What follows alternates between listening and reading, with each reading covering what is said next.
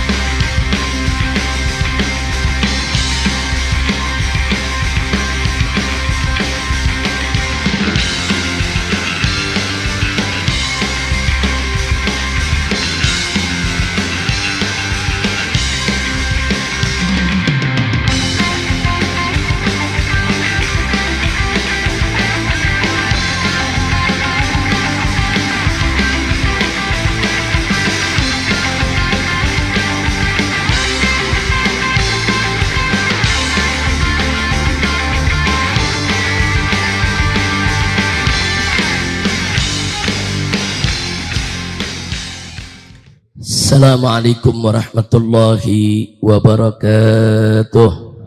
Bismillah walhamdulillah wassalatu wassalamu ala rasulillah wa ala alihi wa sahbihi wa mawalah. Amma ba'd, fa ya ibadallah, usikum jami'an wa nafsi bi taqwallah wa bi ta'ati Rasulillahi sallallahu alaihi wa alihi wa sahbihi wa sallam. Fa nas'alullah subhanahu wa ta'ala an yaj'alana jami'an minal muttaqin. Amin ya rabbal alamin. Kepada para habaib, para alim ulama, para kiai, para tokoh, wabil khusus segenap pengurus daripada Masjid Al-Huriyah Puri Indah yang kita cintai ini. Di sini ada Al-Ustadz Al-Haj Abdul Razak, Al-Ustadz Al-Haj Ismail, dan lain sebagainya yang tidak saya sebutkan satu persatu, tapi sama sekali tidak mengurangi, yaitu ihtiram, takrim dari kita semua kepada para guru-guru kita, para ustadz kita, para kiai kita, dan juga kepada seluruh DKM masjid ini. Selanjutnya penghormatan ini saya sampaikan kepada seluruh jamaah. Mudah-mudahan pertemuan kita yang penuh keberkahan ini menjadi penyebab turunnya rahmat, barakah, maghfirah, untuk kita semua. Amin ya rabbal alamin. Kita sama tahu bahwa Masjid Al-Hurriyah ini merupakan salah satu masjid di Jakarta yang banyak dikunjungi para habaib dan para ulama. Bahkan dari FUHAB, Forum Ulama Habaib, saudara, itu sering membuat pertemuan di masjid ini. Dan kita ingat guru-guru kita yang sudah meninggalkan kita, seperti Ketua MUI DKI almarhum Kiai Haji Munahar Mukhtar. Begitu juga guru kita yang mengajar di masjid ini, yaitu Kiai Haji Syafi'i Mustawa. Masih banyak yang lainnya.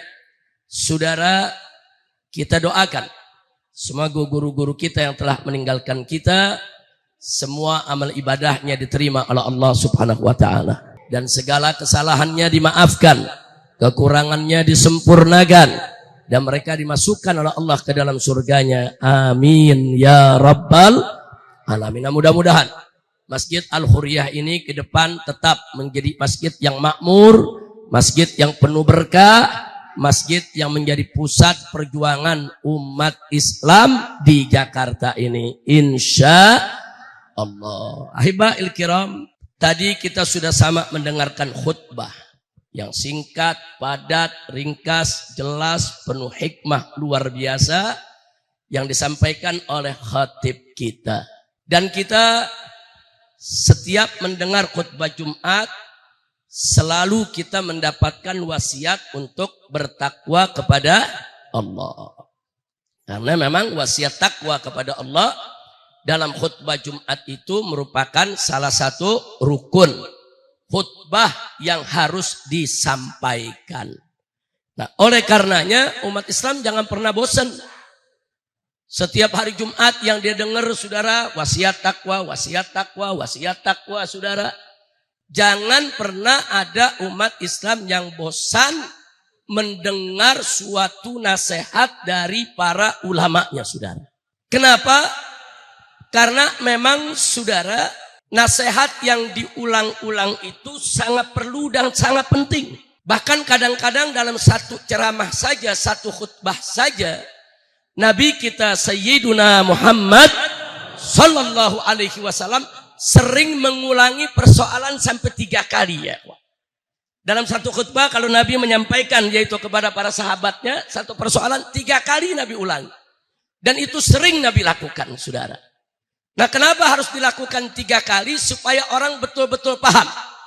Yang udah paham semakin paham, yang belum paham jadi paham, saudara. Lagi pula, kalau kita umpamakan sebatang besi, saudara, tidak akan pernah bisa berubah menjadi pedang kalau cuman dibakar sekali, dipukul sekali. Nggak bisa, ya. Orang mau bikin pedang dari sebatang besi harus dibakar berkali-kali, ya. Dibakar berkali-kali sampai panas, dipukul berulang-ulang, saudara. Kemudian dibakar lagi, dipukul lagi, dibakar lagi, dipukul lagi, saudara. Dan seterusnya. Nah, kalau sudah dipukul berulang-ulang, dengan dibakar berulang-ulang, baru dia bisa berubah menjadi pedang yang tajam, saudara. Nah, begitulah dalam kita menyampaikan mau itu. Kalau para ulama berulang-ulang mengatakan tentang sesuatu, oh di sini ulama bicara judi haram, di sana ada penceramah teriak judi haram. Di majelis talim sana lagi kiai bicara judi haram. Jangan bosan dengar itu, saudara. Berkali-kali disampaikan oleh para habaib ulama kiai judi haram, judi haram, judi haram, saudara. Untuk apa? Untuk menempa hati kita, menempa jiwa kita. Ya, berapa banyak jiwa yang harus berkali-kali ditempa, saudara. Kalau sudah berkali-kali ditempa, jiwa itu baru bisa menerima nasihat tadi, saudara. Jadi masing orang ini berbeda-beda. Ada yang sekali tempa dia bisa terima, ada yang mesti berulang kali tempa baru dia terima. Alhamdulillah. Jadi pengulangan-pengulangan yang dilakukan oleh para ulama kita dalam pengajaran, ya, itu merupakan bagian dari salah satu metode yang disampaikan oleh Nabi kita Sayyiduna Muhammad Sallallahu Alaihi Wasallam. Nah, salah satu ayat yang biasa dibaca oleh khatib di dalam menyampaikan wasiat, saudara, wasiat takwa, sebagaimana tadi yang dibacakan oleh khatib kita di khutbah keduanya, saudara, di mana Allah menyatakan dalam Al-Qur'anul Karim, faqala ta'ala, ya ayyuhalladzina amanu taqullaha haqqa tuqatih. Hei orang-orang yang beriman, bertakwalah kamu sekalian kepada Allah dengan sebenar-benarnya takwa. Waktu ayat ini turun, para sahabat Nabi radhiyallahu taala anhum gelisah, saudara.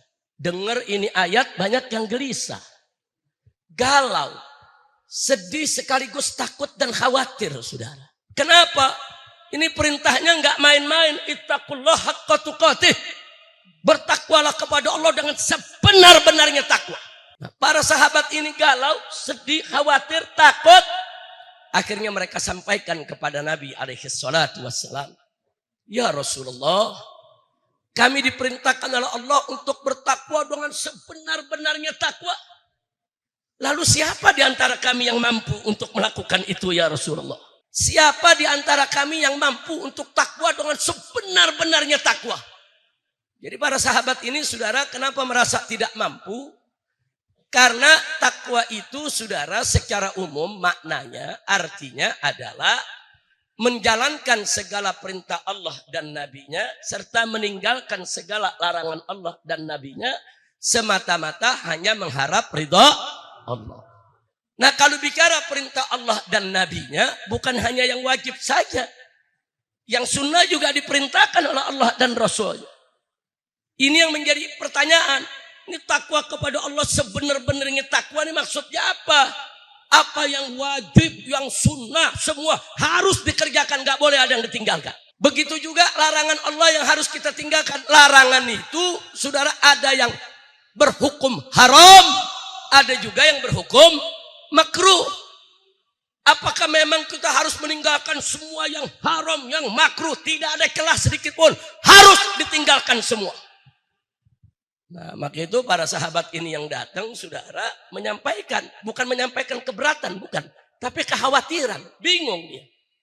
Bagaimana nih takwa kepada Allah kalau semua yang wajib, semua yang sunnah mesti sungguh-sungguh takwa, harus semuanya dikerjakan. Kalau yang haram dan begitu juga yang makruh harus betul-betul takwa, harus ditinggalkan semuanya tanpa terkecuali. Sahabat gak sanggup, saudara.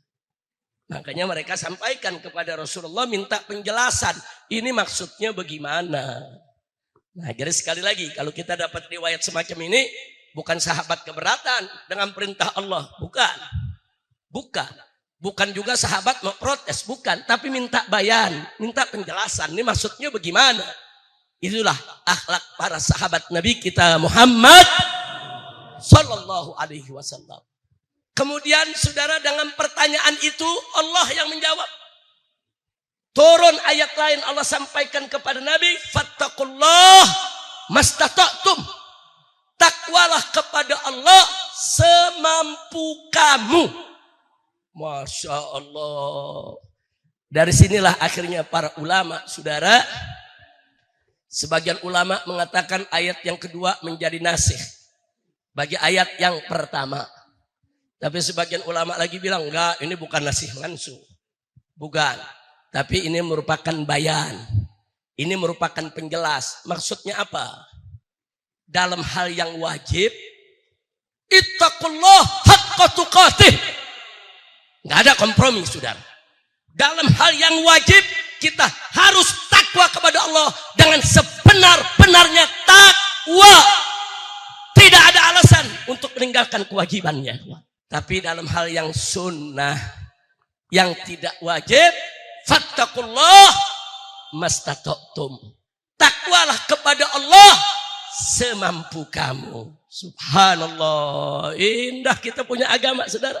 Dalam hal yang wajib, takwa kepada Allah betul-betulnya takwa, saudara. Tapi dalam hal yang sunnah, takwa semampu kita. Jangan paksa-paksain diri dengan yang sunnah. Jangan, ya, semampu kita. Apa yang mampu kita lakukan, saudara. Oh, mampu tahajud, saudara. Lakukan mampu tahajud. Oh, tahajudnya cuma mampu 2 rakaat. Enggak apa-apa, saudara. Oh, belum mampu. Enggak apa-apa, saudara. Ganti dengan sunnah yang Anda mampu. Apakah itu duha, apakah itu witir di malam hari, dan seterusnya saudara. Semampunya. Begitu juga dalam hal yang haram. Dalam hal yang haram, ittaqullah haqqa tuqatih. Wajib kita bertakwa kepada Allah dengan meninggalkan segala yang haram secara mutlak, saudara. Tidak ada terkecuali, apa saja yang haram tinggalkan. Jadi dalam urusan yang haram harus ittaqullah haqqa tuqatih. Tapi dalam hal yang makruh, ittaqullah fattaqullah mastata'tum. Takwalah kamu kepada Allah semampunya. Nah, jadi dengan adanya keterangan ini, saudara, maka banyak ulama mengatakan berarti hubungan kedua ayat bukan nasih mansuh, melainkan merupakan bayan, penjelasan. Baru para sahabat dapat penjelasan jawaban tadi, saudara, dari ittaqullah haqqa tuqatih, kemudian fattaqullah mastata'tum, saudara. Tenang hati para sahabat. Kalau itu, insya Allah mereka mampu melaksanakannya. Nah, maka itu saya mau ajak yang ada di sini, yuk. Dalam hal yang wajib, ittaqullah haqqa tuqatih. Dalam hal yang sunnah, fattaqullaha mastata'tum. Dalam hal yang haram, ittaqullah haqqa tuqatih. Dalam hal yang makruh, fattaqullaha mastata'tum. Nah, sekarang kita mau bicara nih ya kawan, dalam hal yang wajib sama yang haram. Yang wajib nggak ada, saudara, kompromi bagi kita. Wajib kita laksanakan. Nggak ada alasan untuk kita meninggalkannya, saudara, kecuali ada uzur-uzur syar'i yang memang dibenarkan oleh syariat. Islam ini agama yang indah, saudara. Wallahu subhanahu wa ta'ala qala la yukallifullahu nafsan illa wus'aha. Jelas Allah menyatakan bahwa Allah tidak membebankan seseorang itu, saudara, dengan suatu beban, suatu kewajiban, illa wus'aha, kecuali sesuai dengan kemampuannya. Buktinya mana? Mari kita lihat. Salat 5 waktu, enggak berat, saudara. Enggak berat. Allah sudah tahu itu sesuai dengan kemampuan umat Nabi Muhammad sallallahu alaihi wasallam. Kalaupun berat bagi orang yang sakit, Allah berikan rukhsah, saudara. Yang gak bisa sholat berdiri, bisa sholat duduk. Yang gak bisa sholat duduk, bisa sholat berbaring. Yang gak bisa sholat berbaring, saudara, dia bisa sholat dengan isyaratnya, saudara. Baik isyarat badan, isyarat mata, atau isyarat hatinya, saudara. Luar biasa. Gak sampai di situ, Allah berikan banyak keringanan. Oh, bagi musafir, dia boleh qashar sholatnya, yang 4 rakaat jadi 2 rakaat. Bahkan dia bisa jamak, zuhur dan asar di jamak, saudara. Mau jamak takdim boleh, jamak takhir boleh. Subhanallah. Puasa enggak berat, saudara. Mana bukti enggak beratnya? Bagi yang sakit boleh enggak puasa? Dia boleh qada di waktu yang lain. Bahkan bagi yang sakit tidak mungkin sembuh, mungkin karena penyakitnya parah, makin hari semakin parah, enggak wajib dia puasa, cukup bayar fidyah. Subhanallah, agama ini indah ya kawan. Enggak ada tuh agama kita berat, enggak ada ya kawan.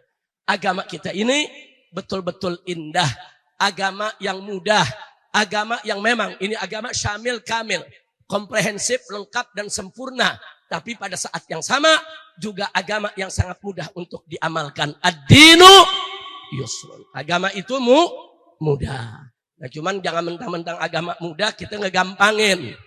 Jangan ya kawan. Pokoknya yang wajib tanamkan dalam hati kita, diri kita, yang wajib kerjain. Jangan coba-coba kita tinggalkan. Yang haram tinggalkan, saudara. Apakah itu judi, zina, narkoba, saudara, tinggalkan. Karena semua itu akan merusak dunia maupun akhirat kita. Mudah-mudahan Allah jaga kita semua dari kemaksiatan. Amin ya rabbal alamin. Ada lagi, saudara, bukti keindahan Islam yang tidak terpungkiri, saudara. Di mana Nabi pernah mengatakan dalam satu hadisnya, saudara, man hamma bihasanatin falam ya'malha kutibat lahu hasanah. Masya Allah. Barang siapa yang punya niat mau melakukan satu kebaikan, Tapi dia nggak kerjakan, nggak jadi dia kerjakan, nggak sempet dia kerjakan. Niat udah ditancepin saudara. Apa kata Nabi? Kutibat lahu hasanah. Dia dapat satu pahala, dapat satu catatan kebaikan. Subhanallah. Terus Nabi lanjutkan, waman hamma bihasanatin fa'amilaha. Kutibat lahu asra ila sab'i mi'atin di'fin. Masya Allah, luar biasa. Apa kata Nabi alaihi salatu wassalam? Wa man hamma bihasanatin, barang siapa yang punya niatnya melakukan satu kebaikan, fa'amilah. Kemudian dia kerjain itu kebaikan, saudara. Kutibat lahu asra, dicatat buat dia 10 kebaikan. Satu kebaikan yang dia lakukan dicatat 10, bahkan sampai 700 kebaikan, saudara. Subhanallah. Jadi minimal dapat 10 kali lipat, bahkan bisa mencapai 700 kali lipat, saudara. Subhanallah, bagaimana nggak enak. Dan nggak kalah menariknya lagi kata Nabi, waman hamma bisayyi'atin.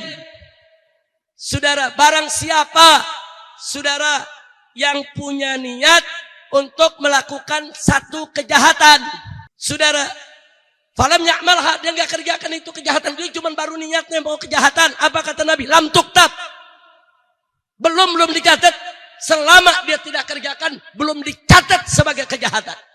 Subhanallah. Wa in amilaha, kata Nabi, tapi kalau dia kerjain, saudara, kutibat, baru ditulis satu kejahatannya. Subhanallah. Ini luar biasa ini, saudara. Saking sayangnya Allah dengan umat Nabi Muhammad sallallahu alaihi wasallam, sampai sedemikian rupa kita punya niat satu kebaikan, walaupun belum kita kerjakan, dapat satu pahala.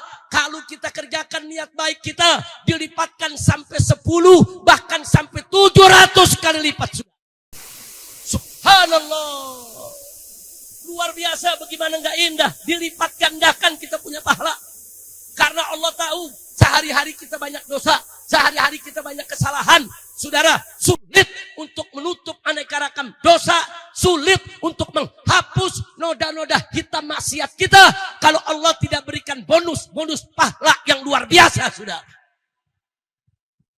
Dan nikmatnya lagi apa? Kalau ada yang niat jahat, enggak dicatat. Selama dia enggak kerjakan.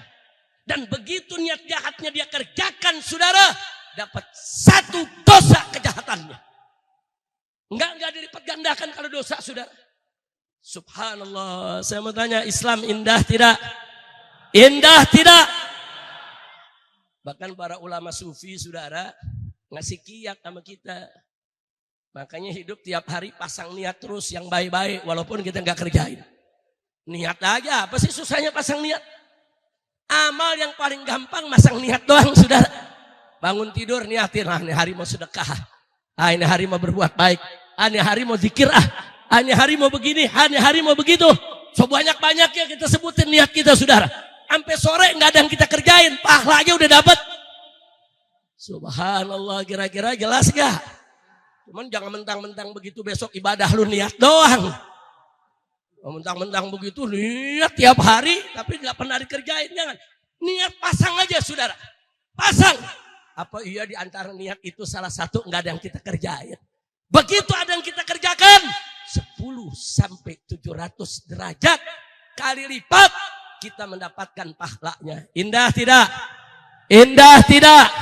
Makanya kalau kita mau pikir-pikir, sebetulnya Allah udah kasih jalan ngumpulin pahala yang banyak. Betul? Betul? Hanya saja banyak umat Islam menyepelekan niat, saudara. Dan gak peduli sama niat. Dia pikir niat itu gak berarti. Enggak. Saudara, niat itu sangat bermakna. Makanya pantas, saudara, Nabi pernah mengatakan, niatul mu'min khairun min amali. Niatnya orang beriman lebih baik daripada amal perbuatannya. Kenapa? Oh, banyak sebabnya, saudara. Banyak sebabnya apa? Itu tadi, karena niat belum beramal saja, saudara, udah dapat pahala. Amal tanpa niat nggak dapat pahala, saudara. Nggak sampai di situ. Niat, saudara, nggak bisa dimasukin sama ria. Tapi kalau amal dengan mudah bisa dimasukin oleh ria, saudara. Pantas kalau Nabi mengatakan niatul mukmin khairun min amali. Nah, sebetulnya hadis ini untuk memberi motivasi kepada kita. Pasang selalu niat baik dalam kehidupan kita. Insya Allah. Kira-kira jelas gak? Jangan bangun tidur niatnya nih hari siapa yang gua bohongin ya. Nih hari uang kantor yang mana yang gua korupsi ya. Saudara jangan niatin yang baik. Ini hari mau silaturahim ke ustadz. Ini hari mau sedekah sama anak yatim. Ini hari mau entar kalau sempet nih mau ke masjid. Mau sholat, mau iktikaf di sana. Ini hari mau cobalah ikut ngaji di sana, ikut ngaji di sini. Tanamin aja saudara. Walaupun Anda belum kerjakan, pahalanya kita sudah dapat. Alhamdulillah. Sebelum saya akhiri, saya ingin ajak sekali lagi kepada semua. Ingat, apa saja yang diperintahkan oleh Allah dan Rasulnya, sifatnya mutlak, wajib kita taat tanpa pamrih. Dan tanpa terkecuali. Allah dan Rasulnya perintahkan kita sholat 5 waktu, ya sholat. Perintahkan kita puasa Ramadan, ya puasa. Perintahkan kita bayar zakat, bayar. Saudara, bagi yang sudah memenuhi syaratnya. Allah dan Rasulnya melarang kita dari judi, ya jangan judi. Melarang kita saudara daripada minuman keras, jangan nenggak minuman keras. Melarang kita daripada persinahan, stop. Jangankan bersinahnya, muqaddimahnya pun haram. Makanya pantas Allah nyatakan dalam Al-Quranul Karim, faqala ta'ala, wala taqrabuz zina. Jangan kamu dekati zina. Allah tidak mengatakan wala taznun, jangan kamu berzina. Enggak, Allah katakan jangan kamu dekati zina. Artinya apa? Yang haram itu bukan hanya zinahnya saudara, tapi segala pengantar apa saja yang bisa mengantarkan kepada zina atau membuka pintu zina, hukumnya adalah haram. Apakah itu melihat foto-foto porno bisa memancing syahwat, mengantarkan orang kepada zina? Haram. Apakah itu berkhulwat, saudara, khulwat, laki perempuan bukan mahram, duduk dua-duaan, pacaran, saudara, itu pintu setan terbuka untuk menggoda dia berzina. Dan terbukti saat ini saudara, berapa banyak perempuan-perempuan kita yang masih SMP, SMA, saudara, sudah tidak perawan melakukan hubungan zina dengan kawan-kawannya. Inna lillahi wa inna ilaihi raji'un. Dari dulu saudara, udah 20 tahun lebih kita udah nasehatin pemerintah, kalau nggak mau banyak ada hubungan zina, sekolah laki dan perempuan pisah. Oh, dibilang apa? Wah, ini mabok agama nih. Kita minta agama sekolah-sekolah, hatta sekolah umum dipisah perempuan sama laki. Ada sekolah khusus laki, ada sekolah khusus perempuan. Yang lelaki diajar oleh guru-guru lelaki, yang perempuan diajar oleh guru-guru perempuan. Saudara, konsep ini bukan umat Islam aja yang punya. Anda lihat sekolah-sekolah Kristen di Jakarta ini saudara. Ada sekolah-sekolah Katolik dipisah antara sekolah laki dan sekolah perempuan. Saudara, ini sekarang yang terjadi kadang-kadang sekolah Islam aja nggak dipisah. Pisahin saudara, pisahin. Kan Nabi udah kasih tahu kita dalam hadisnya saudara. Apa kata Nabi? Muru auladakum bis shalah wa hum abna'us saba' wadribuhum 'alaiha wa hum abna'u asyar wa farriquhum fil madaji. Ini anak kandung saudara, kalau udah 10 tahun kata Nabi, pisahin kamarnya, pisahin tempat tidurnya, walaupun hidup serumah saudara. Itu ajaran Nabi. Anak perempuan, anak laki kalau udah 10 tahun pisah. Jangan tidur satu ranjang, jangan tidur satu selimut. Oh, kamarnya nggak ada, yang perempuan suruh tidur di kamar, laki suruh tidur ruang tamu saudara. Nabi udah ajarin. Loh kenapa? Karena laki-laki dan perempuan kalau sudah ikhtilat, apalagi kalau sudah berdua-duaan saudara, pintu zina terbuka. Pantas kalau Allah Allah mengatakan wala taqrabuz zina, jangan kau dekati zina. Artinya semua muqaddimatus zina, pengantar-pengantar zina, asbabuz zina, sebab-sebab zina, tutup, jauhkan sehingga zina tidak terjadi, saudara. Maka itu kalau udah tahu begitu yuk. Bukan sampai di situ, dulu kita penasaranin 20 tahun lalu. Itu kendaraan-kendaraan umum, bis ataupun kereta, bisa duduk laki dan perempuan. Pisahin, kecuali suami istri, pisahin. Nah, supaya apa? Supaya tidak terjadi pelecehan. Tapi jawabnya apa dulu? Saudara, 20 tahun yang lalu, dari mimbar ke mimbar, saya ceramah di mana-mana, saudara. Apa katanya? Habib Rizik terlalu fanatik. Habib Rizik mabuk agama. Kurang ajar. Nah sekarang baru pada menjerit, saudara. Sekarang lihat di bis, berapa banyak pelecehan tiap pagi, saudara. Perempuan mau kerja, naik bis, dempet-dempetan. Laki yang di belakang pakai ngegoyang-goyang. Ayo kejadian tidak? Kejadian tidak? Wah, begitu ribut-ribut, baru di kereta ada pemisahan. Khusus gerbong perempuan. Di bis juga mulai ada, kenapa enggak dari dulu? Udah banyak yang dilecehin, udah banyak yang diperkosa, saudara, baru mikir. Bagaimana cara menghindarkan perkosaan? Islam ngajarin singkat. Nggak mau terjadi pelecehan seksual, nggak mau terjadi perkosaan. Pisahkan antara laki dan perempuan yang bukan mahramnya, saudara. Pisah, haram, ikhtilat dicampurkan di antara mereka. Orang enggak ada anak muda diajak selaman, saudara. Sama perempuan yang bukan mahram, dia tolak, dibilang kolot lu. Zaman sekarang kan begitu, betul? Yang nggak mau selaman dibilang kolot, saudara. Nah sekarang kita lihat berapa banyak sekarang ada pertunjukan, saudara. Kalau udah pertunjukan aja beritanya serem-serem. Apa beritanya? Ditemukan ratusan kondom di kamar mandi. Itu bekas siapa tuh? Kacau tidak? Kacau tidak? Berita yang terbaru lagi, saudara, ada konser musik. Kemudian rame di media. Apa katanya? Di kamar mandi banyak sperma. Sperma siapa? Saya tanya, kacau tidak? Kacau tidak? Saya mau tanya semua saudara, yang begini-begini menjijikkan tidak? Jijik tidak? Jijik tidak? Ini mesti dicegah, saudara. Cara mencegahnya acara apapun. Jangan sekali-kali mencampur adukan laki-laki dan perempuan. Nggak boleh. Coba kalau dari dulu mobil angkutan buat perempuan ada, mobil angkutan buat laki-laki ada, gerbong kereta saudara dipisah, yang perempuan saudara diperbanyak, yang laki juga ada. Jangan mereka dalam satu gerbong. Kemudian begitu juga di kelas-kelas sekolah dipisah. Mana kelas buat laki, mana kelas buat perempuan. Di negara lain bisa, kenapa negara kita nggak bisa? Saudara, kan kita kan negara mayoritas muslim. Kita kan negara mayoritas mau menjalankan syariat Allah. Nah jangan kalau kita bicara begini dibilang ekstrem.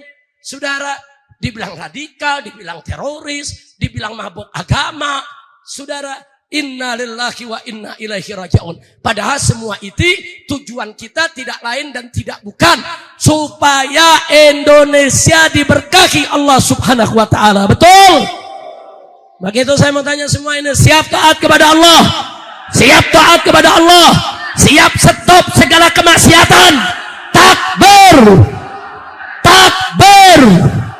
Takbir! Sallu ala nabi.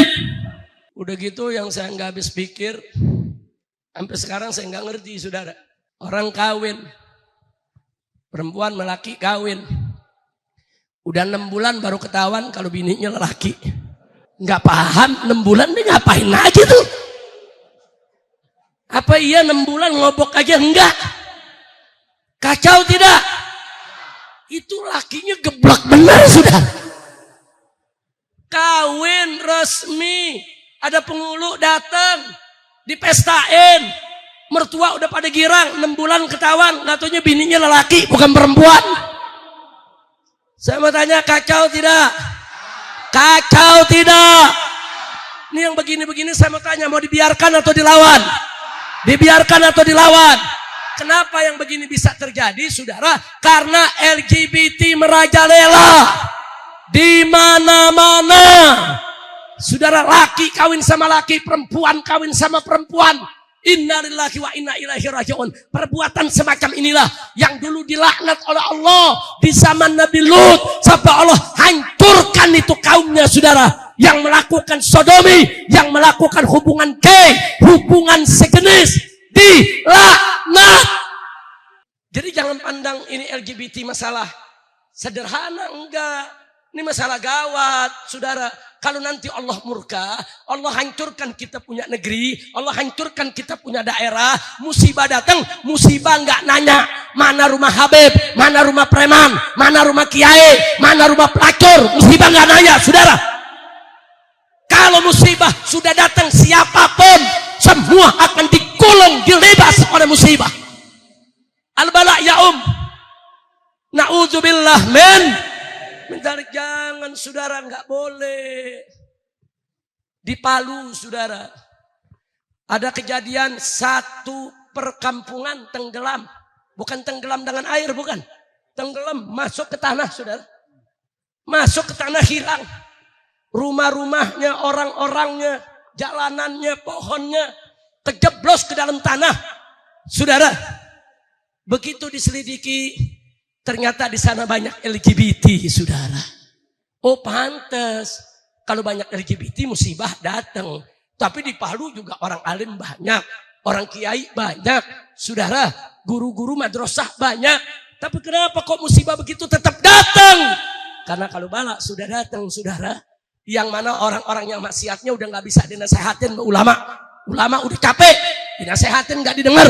Ulama udah amar ma'ruf nahi munkar. Bahkan ulamanya dibilang preman berjubah.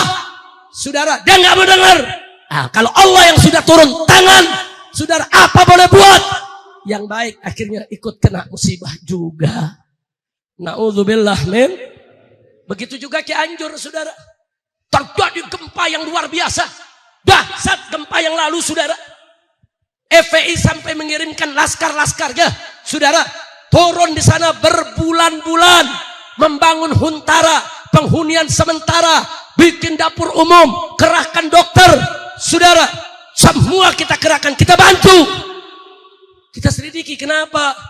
Ternyata Cianjur, saudara, itu LGBT-nya terbanyak se-Indonesia. Yang kedua Bogor, saudara. Ada apa ini serangan LGBT, saudara? Nah, maka itu saya minta umat Islam semuanya, saudara, yuk mari kita jaga diri kita, jaga anak-anak kita, jaga cucu kita, jangan sampai mereka tertular penyakit LGBT. Jadi jangan bilang LGBT itu kodrat, pala lu bomenyan. LGBT dikit-dikit bilang kodrat, ini kan LGBT ini kodrat, nggak apa-apa.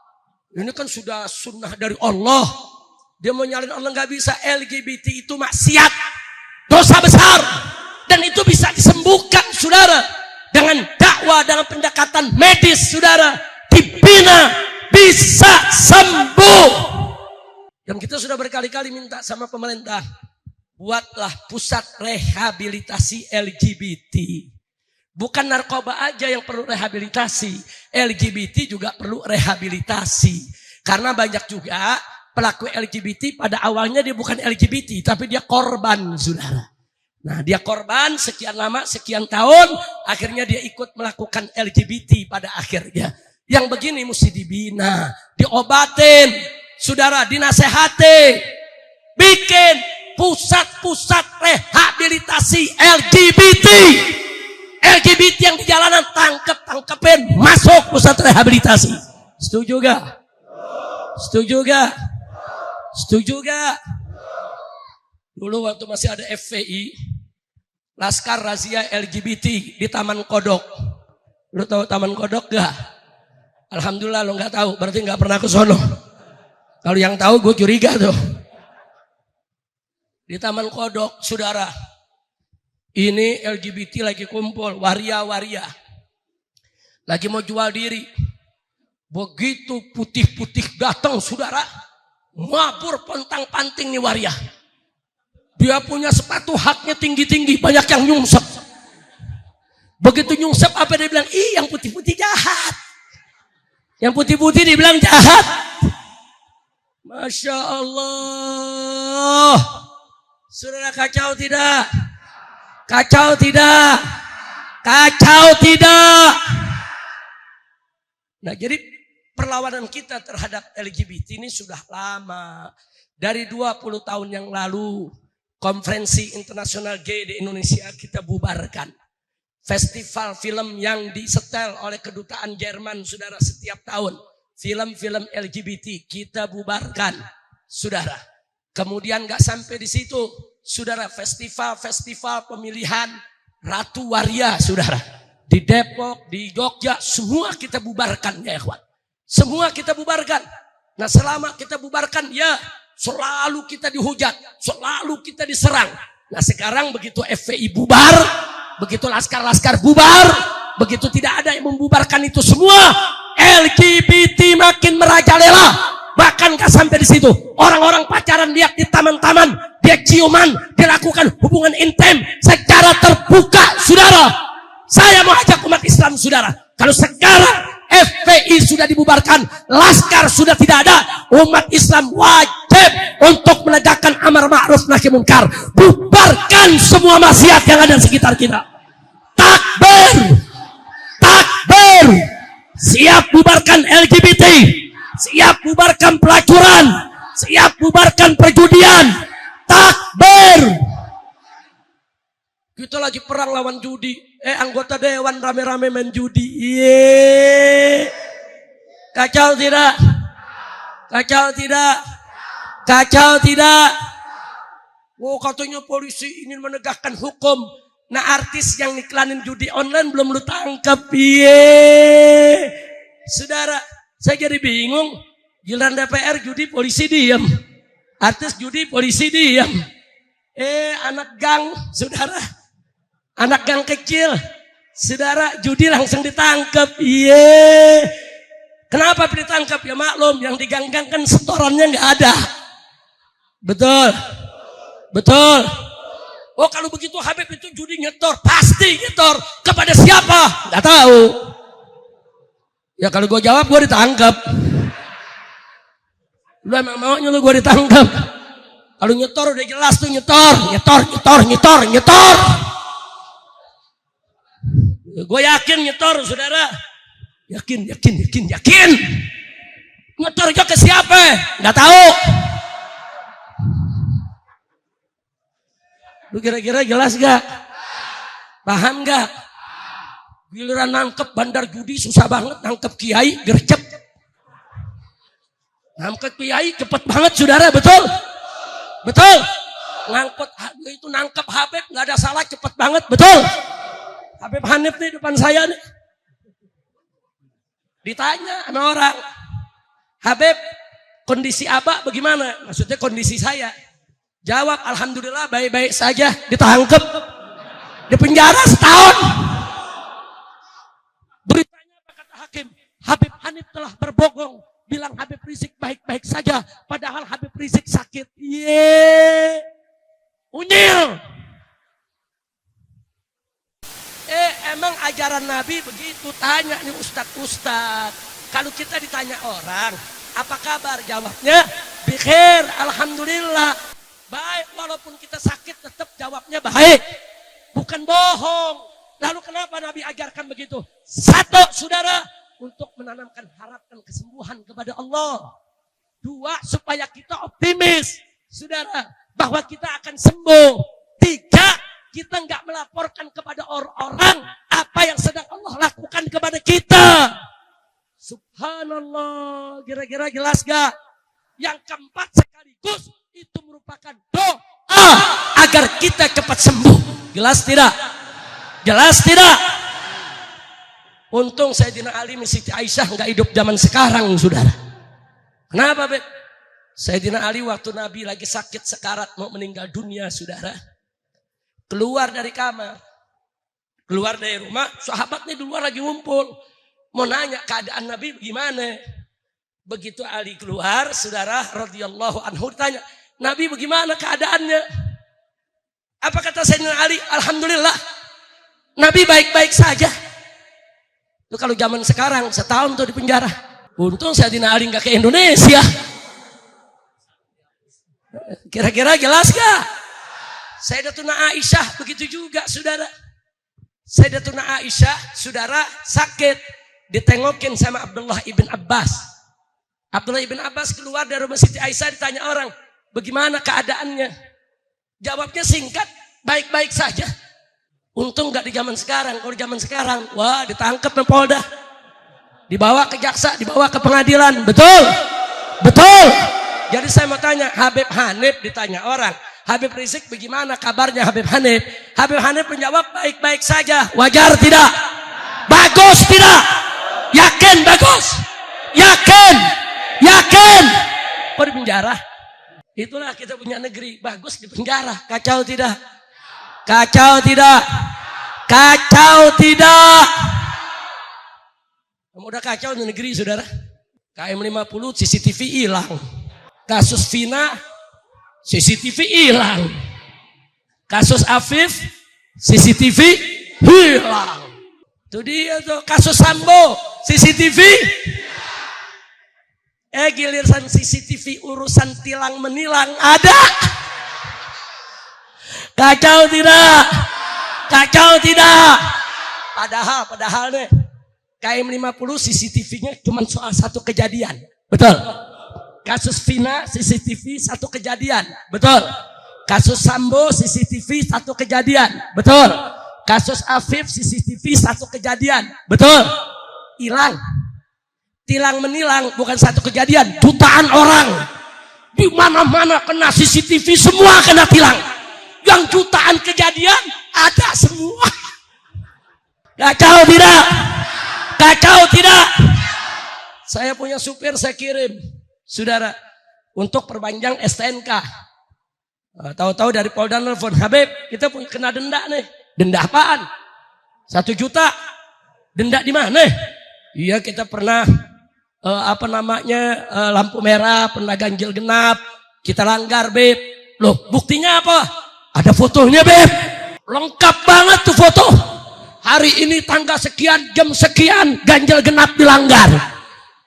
Hari ini tanggal sekian, jam sekian, lampu merah lewat sedikit, udah pelanggaran juga.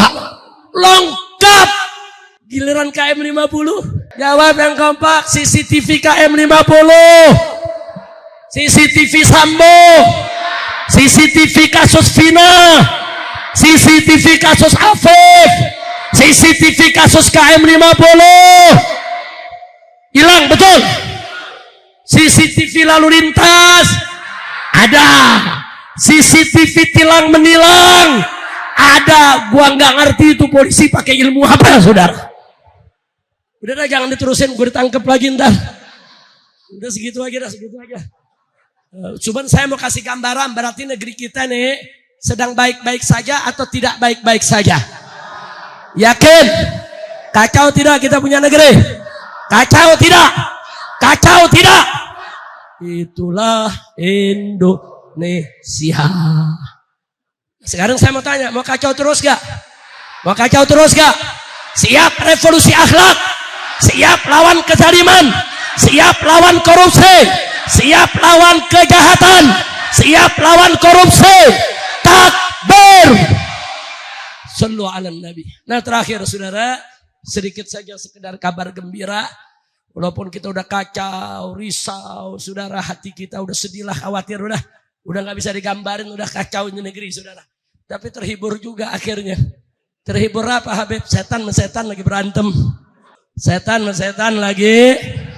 Alhamdulillah. Lihat setan mesetan lagi saling melapor, rasain loh. Setan mesetan lagi buka-bukaan rahasia, betul? Rasain loh. Setan mesetan lagi main jeblos-jeblosan ke penjara, betul? Setan mesetan lagi saling sandera, betul? Betul? Kalau setan mesetan lagi berantem, lu jangan pisahin. Lu jangan pisahin, jangan pisahin. Lu jangan sok baik loh pakai misahin. Jangan. Nonton aja, nonton gelar tikar, ngopi. Makan roti bakar. Setuju? Setuju? Kalau perlu setan lagi berantem, aduin lagi. biar seru berantemnya. Setuju? Setuju? Lo kok begitu, Beb? Lo iya dong. Kalau adu domba haram. Nggak boleh binatang diadu, betul? Adu jangkrik haram. Adu ayam jago haram. Adu domba haram. Adu manusia apalagi haram. Adu setan wajib. Lo paham gak? Harus saya mau tanya sekali lagi. Pokoknya bisa jawab, lulus kita tutup nih pengajian. Semua jawab. Adu domba haram tidak? Adu jangkrik, adu ayam jago, adu hewan, adu manusia, adu setan wajib. Lu nanya lagi, setannya siapa? Lu mau gua ditangkap lo? Jangan tanya setannya siapa, Beb. Lu mikir sendiri. Tahu setannya? Tahu setannya? Ya, itu dia tuh yang suka korupsi itu setan, betul. Yang suka ngusir-ngusir masyarakat tuh setan, betul. Yang suka orang nggak bersalah ditangkap, disiksa tuh setan, betul. Yang ngebantai di KM 50 tuh setan, betul. Paham? Jangan nanya lagi. Yang pagi, siang, sore, malam bohong melulu tuh setan. Ada gak yang begitu? Soal kecil bohong, soal besar, soal apa saja, dialah si raja. Apa loh? Siapa tuh? Setan. Udah, saya rasa cukup segitu. Sekarang saya tanya, setan sama setan ribut, senang tidak? Senang tidak? Tapi hati-hati. Kita mohon pertolongan Allah agar kita selamat. Biar yang zalim sama zalim ribut, biar kaum muslimin selamat. Maka itu sering-sering baca doa selawat asqilid zalimin bidzalimin. Siap. Sebagai sedikit tambahan tadi dari Habib Hanif, pasal yang menjerat saya dan menjerat Habib Hanif, saudara, sudah dibatalkan. Alhamdulillah. Cuman kurang ajar, habis gue di penjara baru dibatalin. Kan musuhnya dari dulu dibatalin. Habis kita di penjara, kita keluar baru dibatalin, saudara. Tapi alhamdulillah supaya yang lain jadi korban, betul? Supaya yang lain tidak jadi korban. Nah, mudah-mudahan pasal-pasal lain yang bermasalah juga di negeri kita akan dibatalkan. Amin. Ya Rabbal Alamin. Nah, kemudian sebagai penutup, ya ikhwan, saya hanya menghimbau para habaib, para kiai, para ustadz, dan seluruh jamaah, tolong rapatkan barisan, satukan kekuatan, jangan mau kita diadu domba. Saat ini gerakan masif merajalela adu domba antara Habib dengan Habib, kiai dengan kiai, Habib dengan kiai, ustadz dengan ustadz. Ini lagi masif di mana-mana ya ikhwan. Nah, ini nggak boleh kita biarkan. Pokoknya kalau ada siapapun, mau Habib, mau ustadz, mau kiai, saudara, yang mecah belah umat, yang fitnah kanan, fitnah kiri, jangan dikasih ruang, jangan dikasih panggung, jangan dikasih kesempatan, saudara. Enggak boleh. Orang kalau ngadu domba, jangan diberikan panggung. Kacau balau nanti umat, saudara. Jangan. Ulama yang baik banyak, Habib yang baik banyak, kiai yang baik banyak, Habib, kiai, ulama yang mempersatukan umat banyak, betul. Siap bersatu, siap bersatu. Kira-kira jelas tidak? Nah, gitu saya mau tanya semua, siap bersatu, siap bersatu, siap bersatu, takbir. Jadi kalau ada yang mengadu domba umat, saudara, siap usir, siap usir, siap bubarkan acara-acara pemecah belah umat, takbir. Sallu ala nabi. Begitu saja, terima kasih. Hadani Allah wa iyyakum ila siratil mustaqim. Wassalamualaikum warahmatullahi wabarakatuh.